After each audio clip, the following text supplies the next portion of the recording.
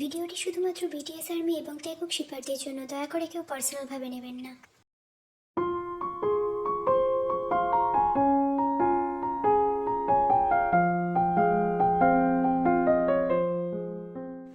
Jungkook, তুমি কি কোথাও যাচ্ছ?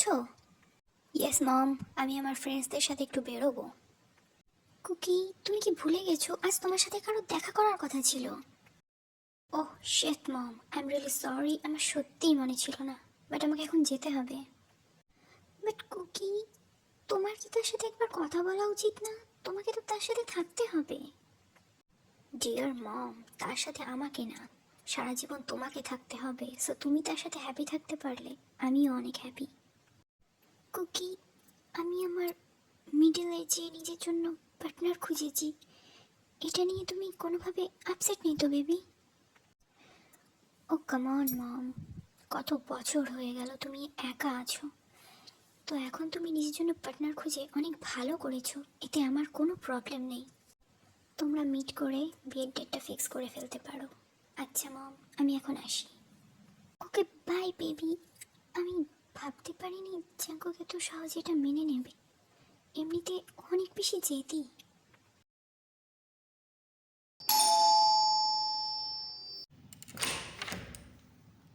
ও mister Namjoon. Hi, Gino. Any problem? না নামজুনি, আসলে কুকি আমাদের বিয়েতে রাজি আছে। তোমাকে তো বলেছি ও কতটা রাগী, কতটা জেদি, বাট ও এত সহজে রাজি হয়ে গেল। জিনু, বেশি কিছু ভেবো না। ও তোমায় ভীষণ ভালোবাসে, তাই তোমার মতে মত দিয়েছে। তা কোথায় কুকি? দেখা করানোর কথা ছিল না তোমার আজকে ওর সাথে? হ্যাঁ, বাট রিয়েলি সরি নামজুনি, ও একটু আগেই বেরিয়ে গেছে। আচ্ছা তুমি বসো, আমি তোমার জন্য কফি নিয়ে আসছি। তারপর জিন কিচেন থেকে আরিমের জন্য কফি নিয়ে এসে সোফায় বসে। আরএম কফির কাপে চুমুক দিয়ে বলে, আচ্ছা জিনু, তুমি তাহলে এবার একটা ফ্ল্যাট পছন্দ করে ফেলো। বিয়ের পর আমরা ওখানে থাকবো। বাট আরএম, আমি কুকিকে রেখে কিভাবে যাব? আমি এতটা স্বার্থপর হতে পারি না। বাট জিনু, তুমি তো জানো আমরা কয়েক মাস আগেই ইউএস থেকে এসে সোজা হোটেলে উঠেছি। আমি ভেবেছিলাম বিয়ের পর একটা ফ্ল্যাট কিনে সেখান থেকে বিজনেস কন্টিনিউ করবো।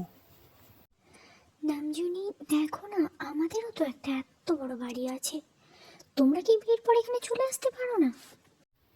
জিনু, তুমি পাগল হয়েছো? তুমি কি কুকির কথা ভুলে যাচ্ছ? কুকি কি করে এটা অ্যাকসেপ্ট করবে? আর তাছাড়া আমার সাথে আমার একটা মেয়েও আছে। কুকি তো এখনো সে বিষয়ে কিছু জানেই না। প্লিজ নামজুনি, তুমি এসব ব্যাপারে কিছু ভেবো না। কুকি এসব নিয়ে কোনো মাথা ঘামাবে না, ও ঠিক রাজি হয়ে যাবে। জিন একজন সিঙ্গেল মাদার। তার একমাত্র ছেলে জাংকুক। জাংকুকের বয়স যখন 10 বছর তার বাবা মারা যায়। তার কোম্পানিটি এখন জাংকুক এবং জিনি সামলায়। অন্যদিকে আরএম কোরিয়ার বাসিন্দা হলেও তার কোম্পানি ইউএসএতে। আরএম বিয়ের পর ইউএসএতেই সেটেল হয়ে যায়। তবে 5 বছর আগে তার ওয়াইফ মারা যায় এবং আরএম তার একমাত্র মেয়ে তে এবং কোম্পানি নিয়ে ইউএসএতেই থাকে। 6 মাস আগে চীন আরএমের কোম্পানির সাথে কোলাবের জন্য ইউএসএতে গিয়েই তাদের প্রথম পরিচয় হয়। এরপর বন্ধুত্ব এবং তারা বাকিটা জীবন একসাথে থাকার সিদ্ধান্ত নেয়। এতে অবশ্য তাদের কোম্পানিরও অনেক সুবিধা ছিল।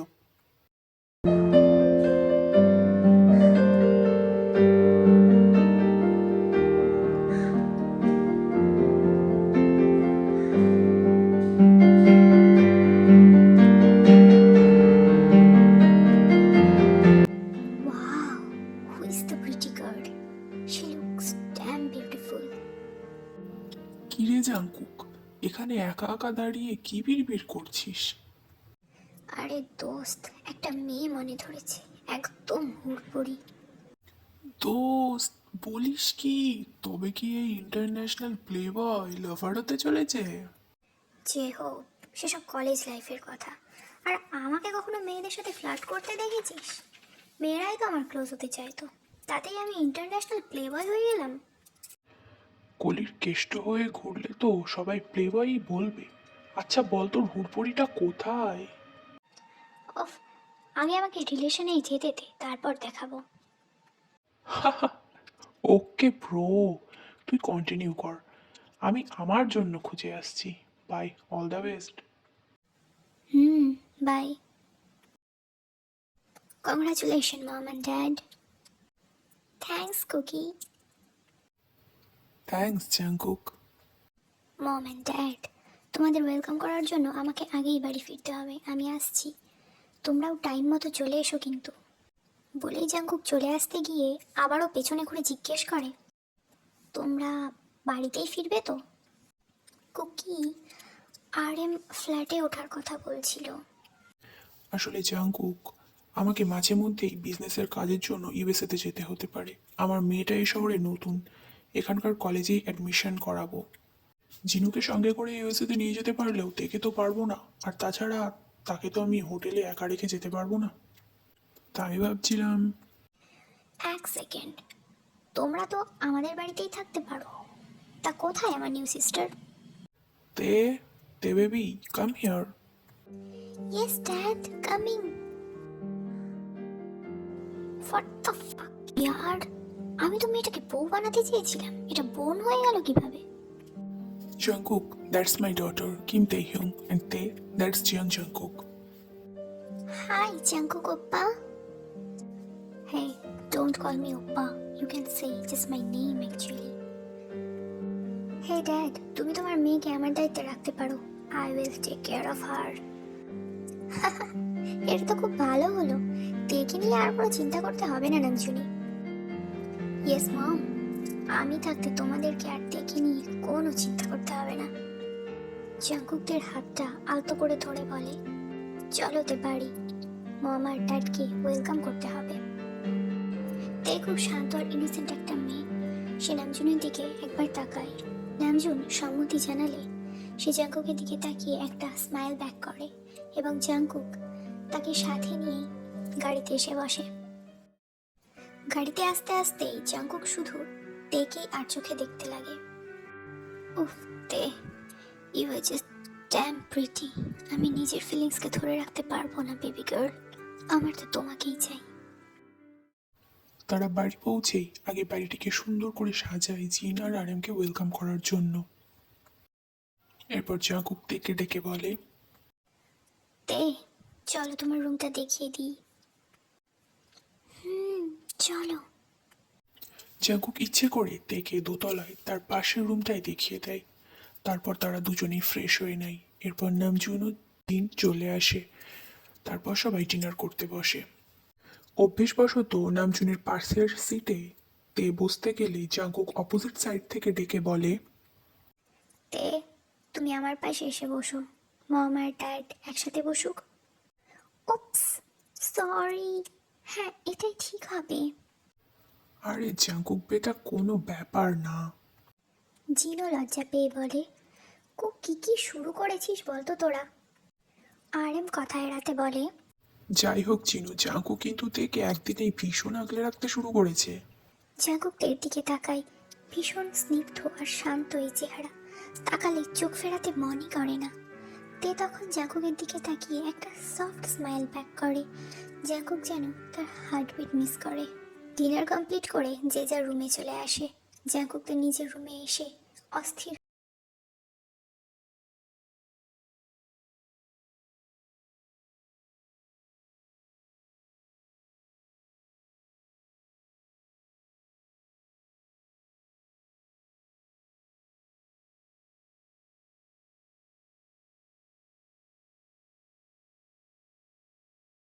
ওপ্পা, কিছু বলবে? ওপ্পা না বলে নাম ধরে ডাকতে। বাট তুমি তো আমার থেকে অনেক বড়, আমি কিভাবে তোমার নাম ধরে ডাকবো? জাঙ্কুক এক পা করে তের পড়ার টেবিলের কাছে যায় এবং টেবিলের উপর এক হাত রেখে হালকা তের দিকে ঝুঁকে বলে, সব বড়দের ওপ্পা বা ব্রো বলতে পারো, বাট আমাকে আমার নাম ধরেই ডাকবে। বাট কেন? জাঙ্কুক আরও একটু ঝুঁকে গিয়ে বলে, আমি বললাম তাই। তে একটু নার্ভাস ফিল করে জাঙ্কুকের বুকে আলতো করে ধাক্কা দিয়ে বলে, ওকে জাঙ্কুক। তের আলতো হাতের স্পর্শে জাঙ্কুক এক পা পিছিয়ে এসেও তার মন যেন আগের জায়গাতেই রেখে দেয়। জাঙ্কুক তখনও তের দিকে গভীর দৃষ্টি নিয়ে তাকিয়ে আছে। তখন তে বলে, জাঙ্কুক, তুমি কি আমায় কিছু বলতে এসেছো? কুক তার দৃষ্টি স্বাভাবিক করে বলে, হ্যাঁ। তোমার অ্যাডমিশন হয়েছে? কোন ক্লাসে পড়ো তুমি? আমি ব্যাচেলর অফ এডুকেশন সেকেন্ড ইয়ারে পড়ি। এখানে এখনো অ্যাডমিশন হয়নি। আচ্ছা, কাল সকালে আমি তোমাকে অ্যাডমিট করিয়ে আসবো, রেডি হয়ে থেকো। বলেই জাঙ্কুক তের মাথায় হালকা করে হাত বুলিয়ে চলে আসে। তে জাঙ্কুকের স্পর্শে হালকা কেঁপে ওঠে এবং স্মাইল ব্যাক করে। জাঙ্কুক এক ছুটে তের রুমের বাইরে বেরিয়ে এসে জোরে জোরে শ্বাস নিতে শুরু করে। তে, আর কিছুক্ষণ থাকলে আমার দ্বারা অনেক ভুল হয়ে যেত সোনা। তুমি এত সুন্দর কেন? পরদিন সবাই ব্রেকফাস্ট টেবিলে বসে আরএম বলে, জাঙ্কুক বেটা, তের অ্যাডমিশন করাতে হবে।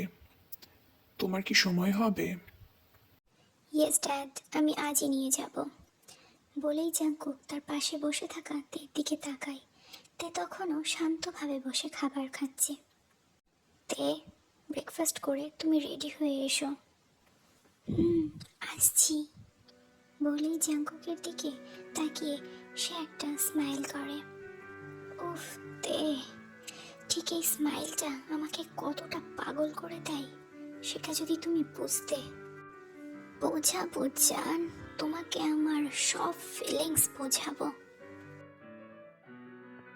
গাড়িতে বসে তে নিজে থেকে তার আগের স্কুল, তার পড়াশোনা, টিউশন, প্রফেসর, বন্ধু বান্ধব সম্বন্ধে অনেক কথা বলতে থাকে। জাঙ্কুক তার সব কথা মন দিয়ে শোনে এবং রেসপন্স করে। এভাবেই তের অ্যাডমিশন হয়ে গেলে জাঙ্কুক তেকে নিয়ে বাড়ি না গিয়ে একটা রেস্টুরেন্টে নিয়ে আসে। তে জায়গাটি দেখে ভীষণ খুশি হয়। ওয়াও জাঙ্কুক, এটা অনেক সুন্দর। তুমি জানো আমি অনেক দিন পর এরকম ভাবে ঘুরছি। ড্যাড তার অফিসের কাজ নিয়ে অনেক ব্যস্ত থাকে। ড্যাড আমাকে শুধুমাত্র তার আউটডোর মিটিংয়েই নিয়ে যায়। খুব কম সময়েই আমরা ডিনার বা লাঞ্চের জন্য বাইরে বের হই। জাঙ্কুক তের দিকে তাকিয়ে তার উল্লাসিত হাসি মুখটা দেখতে থাকে। ঠিক এভাবেই সারাদিন পার হয়ে যায় এবং সন্ধ্যায় দুজনে বাড়ি ফিরে আসে। আরএম লিভিং রুমের সোফাতে বসেছিল। সে দুজনের হাসি মুখ লক্ষ্য করে। এরপর সবাই ডিনার টেবিলে বসে। তে আজ সারাদিন যা যা করেছে আরএম আর জিনকে শোনাতে থাকে। তারপর আরএম আর জাঙ্কুক অফিস সংক্রান্ত কিছু কথা বলে। জাঙ্কুক, জিনুকে নিয়ে ইউএসএতে গিয়ে ভাবছি কোম্পানির কোলাবটা পাবলিক করে আসব। ওখানকার সব কাজ কোরিয়াতে শিফট করে নেব। কেমন হবে বেটা? ড্যাড, খুব ভালো কথা। যাও, কিছুদিন ঘুরে আসা হবে। আর তোমার কোম্পানির অসুবিধা হবে। ইউএসএতে ছোট একটা কোম্পানির পার্ট রেখে বাকিটা এখান থেকে হ্যান্ডেল করতে পারবে। এইসব টুকিটাকি কথা শেষ করে যে যার ঘরে চলে আসে। জাঙ্কুক মনে মনে ভাবে, বাড়িতে আমি আর তে একা থাকবো। উফ, একা অনেক সময় কাটানো হবে আর আমার প্রিন্সেসটাকে অনেক আদরও করা হবে। এইসব ভাবতে ভাবতে জাঙ্কুক তের রুমের দিকে আসে। তে, হ্যাঁ এসো। আজ কলেজে গিয়ে যা বুঝলাম, নেক্সট মান্থ আমার এক্সাম শুরু হবে। তুমি চাইলে আমি তোমাকে গাইড করতে পারি। বলতে বলতেই জাঙ্কুক তের পাশে একটা চেয়ার টেনে বসে। হ্যাঁ কুক, আমার তোমাকে দরকার পড়বে। বলেই জেকের দিকে তাকিয়ে তে একটা স্মাইল করে। জাঙ্কুক ভীষণ আদুরে ভাবে তের গালে হালকা স্লাইড করে তের গালটা টিপে দেয় এবং তের ছেলে মানুষী কথাগুলো মন দিয়ে শুনে। এমন সময় তের রুমের ডোর নক হয়। তে মা, ঘুমিয়ে পড়েছো? না মামনি। জিন রুমে এসে তের সাথে জাঙ্কুককে দেখে কিছুটা অবাক হয়। তার জানা মতে জাঙ্কুক কাউকে এতটা সময় দেওয়ার মতো ছেলে না। অথচ তে আসার পর থেকে জাঙ্কুক তেকে অ্যাডমিশন করাতে নিয়ে গেল, সারাদিন বাইরে থাকলো। সন্ধ্যায় ফিরে এসে আবার রাত্রে তের রুমে বসে আছে। জিন মুখে কিছুই বলল না। সে তে আর জাঙ্কুকের সাথে কিছুক্ষণ কথা বলে বেরিয়ে এলো। জাঙ্কুকও অবশ্য তার পিছন পিছন বেরিয়ে গেল। এভাবেই দিন কাটতে থাকে। নামজিন ইউএসএ যাওয়ার টিকিট ফাইনাল করেছে তের এক্সাম হওয়ার পর। নামজুন কিছুদিন ধরে লক্ষ্য করেছে জাংকুক অফিস যাওয়ার সময় তেকে কলেজে রেখে আসে, আবার তের ছুটি হওয়ার আগে অফিস থেকে বেরিয়ে গিয়ে তেকে নিয়েই বাড়ি ফেরে। তের ব্যাপারে জাংকুককে কিছু বলতেও হয় না, ইনফ্যাক্ট আরিমকেও করতে হয় না। আরিমের তো মনে হয় জাংকুক তার মায়ের সাথে আরিমের মেয়েকে এক্সচেঞ্জ করে নিয়েছে। জিনও লক্ষ্য করেছে ছেলের এই পরিবর্তন। জাংকুক প্রতিদিনই ডিনার শেষ করে তের রুমে যায় তাকে পড়ানোর জন্য, এবং বেশ কয়েক ঘন্টা পরে রুম থেকে বেরিয়ে আসে তার মুখে একরাশ মুগ্ধতা এবং না পাওয়ার একটি আকাঙ্ক্ষা নিয়ে। জিন ছেলের এই অনুভূতি সম্পর্কে ভালোই বুঝতে পেরেছে যে সে তেকে নিয়ে প্রেম প্রেম কিছু ফিল করে। আর এদিকে জাংকুক তেকে নোটিস করে বুঝেছে এই কয়দিনেই তের দুটো মেয়ে বন্ধু লিসা, রোজ এবং একটি ছেলে বন্ধু ইয়োনু হয়েছে। লিসা এবং ইয়োনু রিলেশনে আছে সেটাও জাংকুক বুঝতে পেরেছে। প্রতিদিনের মতোই জাংকুক তার অফিসের কাজ শেষ করে তের কলেজের সামনে এসে দাঁড়ায়। কলেজ ছুটি হয়ে যায়, কিন্তু জেকে তে বা তার ফ্রেন্ডসদের কাউকেই দেখতে পায় না। জাংকুক সঙ্গে সঙ্গে তের নাম্বারে কল করে। তের ফোন রিং হওয়ার আগেই তে জাংকুককে পিছন থেকে ডেকে ওঠে, কুক। জাংকুকের অশান্ত মনটা মুহূর্তেই শান্ত হয়ে যায়। সে পিছন ঘুরে দেখে তে, লিসা, ইয়োনু দাঁড়িয়ে আছে। তারা তেকে জাংকুকের কাছে রেখে চলে যায়। তে গাড়িতে উঠে বসে। জাংকুক তখনও তের দিকে পলক্ষীনভাবে একই পজিশনে দাঁড়িয়ে আছে। তারপর তে নিজে থেকেই বলতে শুরু করে, আজ না রোজ আসেনি, আর ইয়োনু বলল লিসা আর আমাকে নিয়ে রেস্টুরেন্টে গিয়ে পুরো কলেজ টাইমটা স্পেন্ড করবে। আমি প্রথমে বারণ করেছিলাম, কিন্তু ওরা আমাকে ভীষণ জোর করলো। কলেজে কোনো ইম্পর্ট্যান্ট ক্লাস যদি নাই থেকে থাকে তুই আমাকে ফোন করবি, কোথাও ঘুরতে যাওয়ার ইচ্ছে হলে তুই আমাকে বলবি, আমি তোকে নিয়ে যাই না।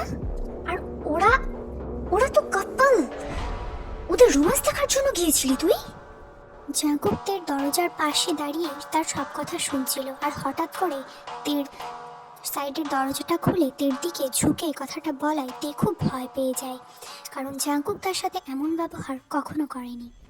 তে মাথা নিচু করে ভয়ে কান্না করে দেয়। জাংকুক তের গাল দুটো এক হাতে শক্ত করে চেপে ধরে তার দিকে তাকিয়ে আরও কিছু বলতে যাবে, কিন্তু তের চোখের জল দেখে তাকে ছেড়ে দেয় এবং ডোর লক করে তার সিটে গিয়ে বসে। সারা রাস্তা সে তের সাথে কোনো কথা বলে না। তেও চুপচাপ বসে কান্না করতে করতে বাড়ি পৌঁছায়। তারপর তারা আর দুজনেই রুম থেকে বার হয়নি। ডিনার টেবিলে যখন সবাই একসাথে ডিনারে বসে, তখন জিন এবং আরএম জাংকুক আর তেকে নোটিস করে তাদের দুজনেরই মুড অফ। জিন জাংকুককে বলে, জাংকুক, কি বলেছিস মেয়েটাকে? খুব তো বলেছিলি ওর দায়িত্ব নিবি, তাহলে মেয়েটা আমার কেঁদেছে কেন? জিন আরও কিছু বলতে যাবে, তার আগেই তে বলে, মামুনি, কুককে বকো না প্লিজ। আসলে আমি ভুল করেছি। আজকে কলেজে না গিয়ে ফ্রেন্ডসদের সাথে আমি রেস্টুরেন্টে গিয়েছিলাম। তে, এর আগে তো তুমি এমন কিছু করনি। এখানে অ্যাডমিট করে কি আমি তোমায় খুব বড় ভুল করে ফেললাম? জাংকুক আরএমকে চোখের ইশারায় তেকে কিছু বলতে বারণ করে। আরএমও সেটা বুঝতে পেরে চুপ করে যায়। এরপর জিম ও আরএম তেকে অনেক বোঝায় যে এগুলো করা ঠিক না। এরপর ডিনার শেষ করে যে যার ঘরে চলে যায়। রাত্রে জাংকুক তের রুমে আসে এবং তের পাশে এসে বসতেই তে জাংকুকের বুকের মধ্যে গুটিসুটি মেরে বসে কান্না করতে লাগে। খুক, খুক, আমি সত্যি যেতে চাইনি, আমি বুঝতে পারিনি খুক। খুক, পাপা বকেছে আমায় খুক।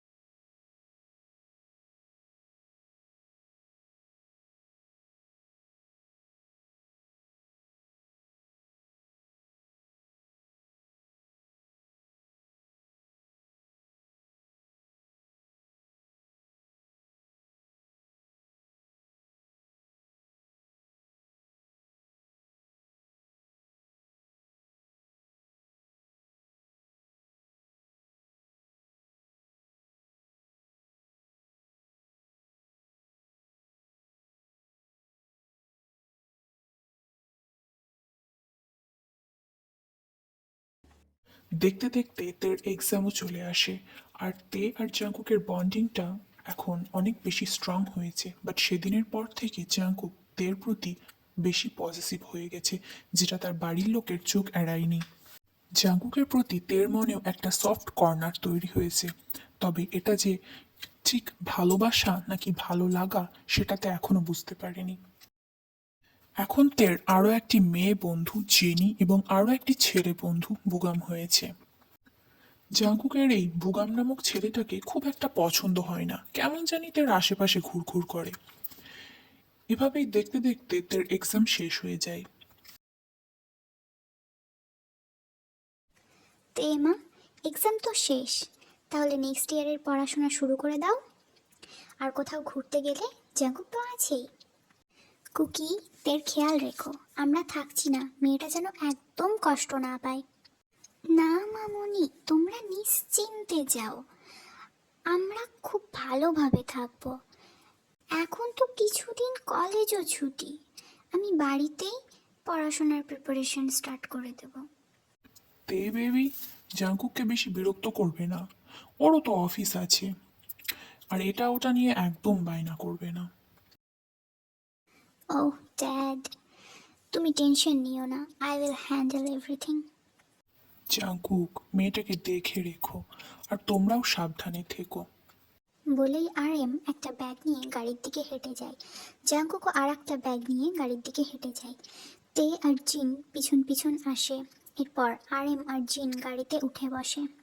জাঙ্কুক তের দিকে তাকিয়ে একটা ডেভিল স্মাইল দিয়ে মনে মনে বলে, তে, আর কতদিন গেলে তুমি আমার ফিলিংসটা বুঝবে বলো তো?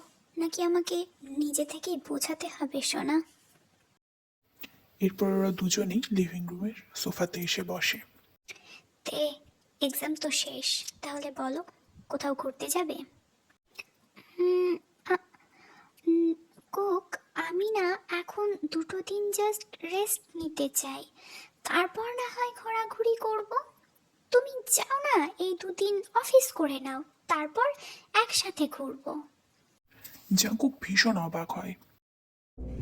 তে তো সাধারণত ঘুরতে যাওয়ার কথা শুনে ভীষণ এক্সাইটেড হয়, কিন্তু এখন তো ওর এক্সাম শেষ, তবুও ও সেরম কিছুই রিয়াক্ট করলো না, বরং আমাকে অফিস যেতে বলছে। তাহলে কি ওর আমার সাথে ঘুরতে এখন আর ভালো লাগে না? আমার জায়গায় কি অন্য কাউকে বসিয়েছে? ব্যাপারটা দেখতে হচ্ছে তো। জাঙ্কুক তেকে কিছু না বলেই অফিসের জন্য বেরিয়ে যায়। জাঙ্কুক চলে যাওয়ার 30 মিনিট পরেই তে জেনিকে কল করে। Hello jenny. হ্যাঁ বলতে। কুক অফিসে চলে গেছে, আমি বেরোচ্ছি। আচ্ছা, আমরা গাড়ি নিয়ে তোর বাড়ির কিছুটা দূরেই দাঁড়িয়ে আছি, চলে আয়। তে বাড়ি থেকে বেরোনো মাত্রই দুটো চোখ তীক্ষ্ণভাবে তার ওপর নজরদারি করে। লাভ, তুই আমাকে মিথ্যে বলে বাড়ি থেকে বেরিয়ে গেলি কেন? তুই আমার সাথে যেতে পারতি না? তুই বিশ্বাস কর জান, আমি তোকে ছাড়তে পারবো না। আমি দেখি তুই আজ কোথায় যাস। তেদের গাড়ি ফলো করতে করতে জাঙ্কুক একটা ক্লাবের সামনে এসে দাঁড়ায়। তৎক্ষণাৎ জাঙ্কুকের মাথা গরম হয়ে যায়। জাঙ্কুক দেখতে পায় বুগাম তের হাত ধরে গাড়ি থেকে তেকে নামাচ্ছে। জাঙ্কুক আর নিতে পারে না, সে গাড়ি থেকে নেমে তের পেছনে গিয়ে দাঁড়িয়ে বলে, তে। তে সহ তার বাকি ফ্রেন্ডরা জাঙ্কুকের দিকে ভয়ার্থ দৃষ্টিতে তাকায়। এর আগে তে রেস্টুরেন্টে গিয়ে জাঙ্কুকের কী পরিমাণ বকুনি খেয়েছে সেটা সবার জানা আছে। আর এবার তো ডান্সিং ক্লাবে নিয়ে এসেছে তারা তেকে। তের ফ্রেন্ডরা সবাই তেকে জাঙ্কুকের কাছে রেখে মাথা নিচু করে ক্লাবের মধ্যে চলে যায়। তে জাঙ্কুকের রক্তবর্ণ চোখ আর চোয়ালে দাঁতের ঘর্ষণের আওয়াজে রীতিমতো কান্না করে দেয়। কুক, কুক, কুক, আসলে আসলে আমি তোর সব কথা আমি বাড়ি গিয়ে শুনবো। তে, যা গাড়িতে উঠে বস। গাড়িতে উঠেই জাঙ্কুক ফুল স্পিডে গাড়ি চালিয়ে বাড়িতে এসে পৌঁছায়। সারা রাস্তা তে যখনই কিছু বলতে গেছে জাঙ্কুক ধমক দিয়ে তেকে থামিয়ে দিয়েছে। গাড়ি বাড়ির সামনে এসে থামা মাত্রই জাঙ্কুক তের হাত ধরে টানতে টানতে নিয়ে জাঙ্কুকের বেডরুমে নিয়ে যায়। তেকে এক ধাক্কায় ফ্লোরের ওপর ফেলে জাঙ্কুক ক্ষুব্ধ হয়ে বলে, কি রে তে, শরীরের উত্তেজনা এত বেড়ে গেছে যে তুই ডান্সিং ক্লাবে গেছিস? জানিস তুই ওখানে কত নোংরা ছেলে মেয়েরা যায়? ওখানকার ওয়ার্কাররা কাস্টমারদের শারীরিক শান্তি দেয়, ইন্টিমেট হয় ওখানে ওরা, আর তুই? ছি, ছি, কুক, আমি আমি এরকম কিছু জানতাম না, বিশ্বাস করো, আমি সত্যি জানতাম না কুক। জাঙ্কুক তের সামনে হাঁটু ভাঁজ করে বসে তের গাল দু হাতে আলতো করে ধরে একটু নরম সুরে বলে, তে শোনা, তুই এর আগে ওখানে যাসনি তো, বল জান? না না না কুক, আমি সত্যি বলছি, আমি সত্যি যাইনি। জাঙ্কুক কিছুটা শান্তি পেয়ে তের কপালে, গালে, মাথায়, ঠোঁটে অসংখ্য চুমু খেয়ে তেকে নিজের বুকের সাথে মিশিয়ে নেয়। তে জাঙ্কুকের এমন বেপরোয়া স্পর্শে কান্না করতেও ভুলে যায়। সে বুঝতে পারে জাঙ্কুক ঠিক কতটা তার এই একান্ত শখের নারীর প্রতি ভালোবাসা নিয়ে রেখেছে। জাঙ্কুকের হঠাৎ মনে পড়ে তে বুগামের হাত ধরে তখন গাড়ি থেকে নেমেছিল। তৎক্ষণাৎ জাঙ্কুকের দমে যাওয়া রাগটা তার মাথা ঝাড়া দিয়ে ওঠে। তের দুই কাঁধে হাত দিয়ে তেকে বুক থেকে তুলে একটা ঝাঁকুনি দিয়ে দাঁতের দাঁত পিষে বলে, তুই বুগামের সাথে ওখানে কি করার উদ্দেশ্যে গিয়েছিলি তে? তোর সাথে যা করার সেটা শুধু আমি করব। তে অবিশ্বাস্য চোখে তার প্রেমিক পুরুষের দিকে তাকিয়ে নির্দোষ হওয়ার প্রমাণ হিসেবে অশ্রু বিসর্জন করতে থাকে। মুহূর্তেই জাঙ্কুক তের কাঁধ থেকে হাত সরিয়ে তের পরনে থাকা স্টকিংসটা টেনে হিঁচড়ে খুলতে থাকে।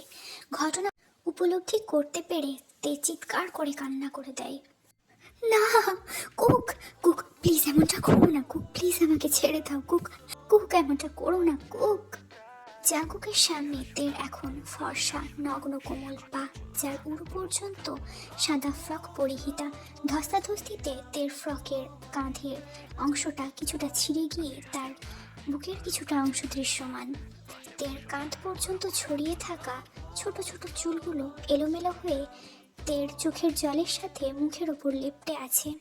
কিছুক্ষণের মধ্যেই জাঙ্কুক নিজের রাগ ভুলে গিয়ে সেখানে ভিড় করে তের প্রতি এক তীব্র কামনা, যেটা সে এতদিন যাবৎ নিজের সাথে দ্বন্দ্ব করে লুকিয়ে রেখেছে নিজের অন্তরালে।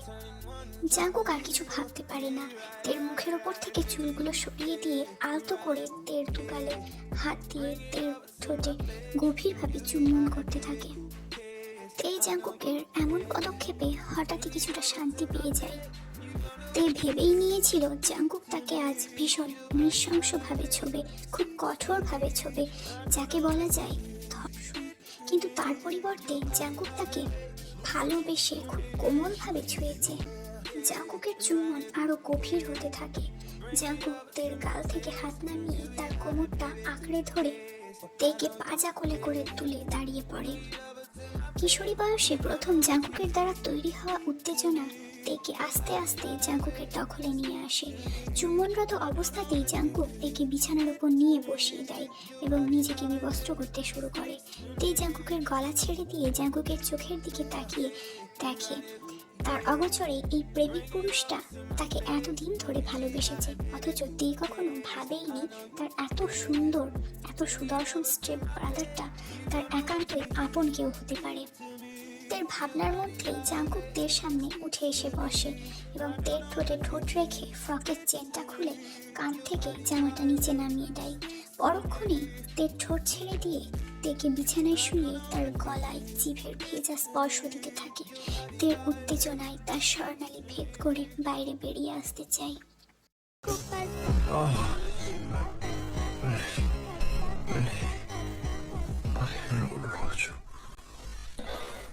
জাঙ্কুক তের গলা ছেড়ে বুকে নেমে আসে। তের স্পর্শকাতর জায়গায় জিভের ভেজা ও উষ্ণ স্পর্শ দিয়ে তের মুখের দিকে তাকিয়ে দেখে তে তার দুই হাত দিয়ে জাঙ্কুকের মাথার চুলগুলোকে আঁকড়ে ধরে রেখেছে, দুই চোখ বন্ধ করে জলবিহীন মাছের মতো ছটপট করছে। তে এই জান, তুমি কি এটা ট্রাই করতে চাও সোনা?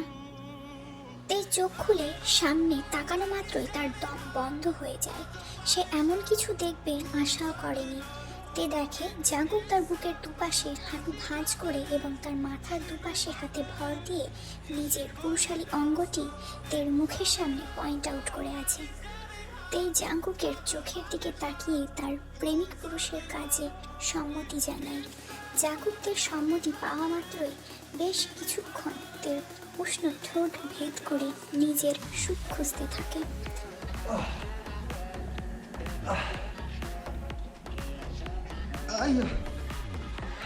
তে হাঁপিয়ে উঠলেই জাঙ্কুক তেকে ছেড়ে দিয়ে তের সারা শরীরে জিভের লালা মিশ্রিত চুন দিতে থাকে। তের দুপায়ের মাঝে বসে নিজেকে তের ভেতর পুশ করে দেয়। তে ঠোঁটে ঠোঁট চেপে নিজের কষ্ট সহ্য করার চেষ্টা করে। নিজের বুকের স্পর্শকাতর জায়গায় জাঙ্কুকের পুরুষালী শক্ত হাতের হালকা চাপে তে কান্না করে দেয়। আহ, কুক লাগছে, কুক কুক। এই তো শোনা, হয়ে গেছে, আর একটু, জাস্ট একটু জান। কুক থামো প্লিজ, লাগছে কুক, আমি আর পারবো না, প্লিজ। ঠিক হয়ে যাবে তো লাভ, একটু সময় দাও প্লিজ সোনা, হয়ে এসেছে। জাঙ্কুকদের কষ্ট কমানোর জন্য পুরোটা সময় তের গলায়, বুকে, ঠোঁটে চুমু করে। একটু সময় পর তের কাছেও সবটা স্বাভাবিক হয়ে যায়। তে লিভিং রুমের সোফাতে মনমরা হয়ে বসে আছে, আর তার সামনে কিচেনে জাঙ্কুক তার জন্য খাবার বানাচ্ছে। খাবার বানিয়ে এক প্লেটে খাবার এনে তের সামনে ধরে। আমার বেবিটার কি হয়েছে? কুক, আমরা যেটা করলাম সেটা কি ঠিক হলো? পাপা মামুনি কি বলবো ওদের? তাই তো, আচ্ছা যা বলার আমি বলে দিচ্ছি। বলেই জাঙ্কুক পকেট থেকে তার ফোনটা বার করে আরএমের নাম্বারে কল দেয়। হ্যালো জাঙ্কুক বেটা। হ্যাঁ ড্যাড, মম কি করছে? তোমরা ভালোভাবে পৌঁছেছো তো? হ্যাঁ, আমরা ভালোভাবে পৌঁছে গেছি। মম এখানেই আছে, কিছু বলবে? হ্যাঁ ড্যাড, আমি তোমাদের কিছু বলতে চাই। হ্যাঁ কুকি, বল না কি হয়েছে? মম এন্ড ড্যাড, আমি তোমাদের মেয়ে তেকে বিয়ে করতে চাই। আমি আগেই বুঝতে পেরেছিলাম তুই একদিন এই কথাটাই বলবি। শোন, তে মা না চাইলে এমন কিছুই হবে না। জাঙ্কুক, তে চাইলে আমরা সমাজের বিরুদ্ধেও যেতে রাজি, তবে তে যদি না চাই আমরা তোমার বিরুদ্ধে যেতে বাধ্য হব। না ড্যাড, আসলে তেও রাজি আছে। আচ্ছা বেটা, আমরা বাড়ি গিয়ে তোমাদের বিয়ের ব্যবস্থা করব।